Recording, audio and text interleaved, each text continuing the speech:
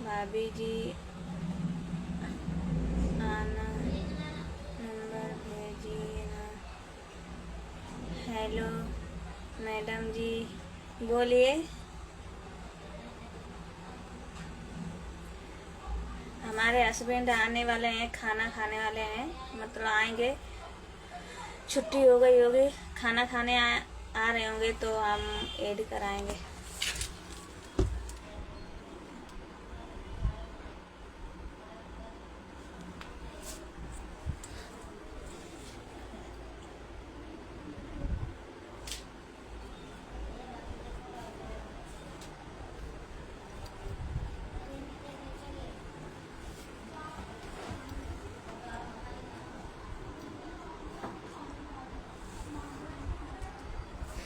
तो अभी तो आए नहीं हैं, तो तब तक ले आप लोग शेयर कर दो।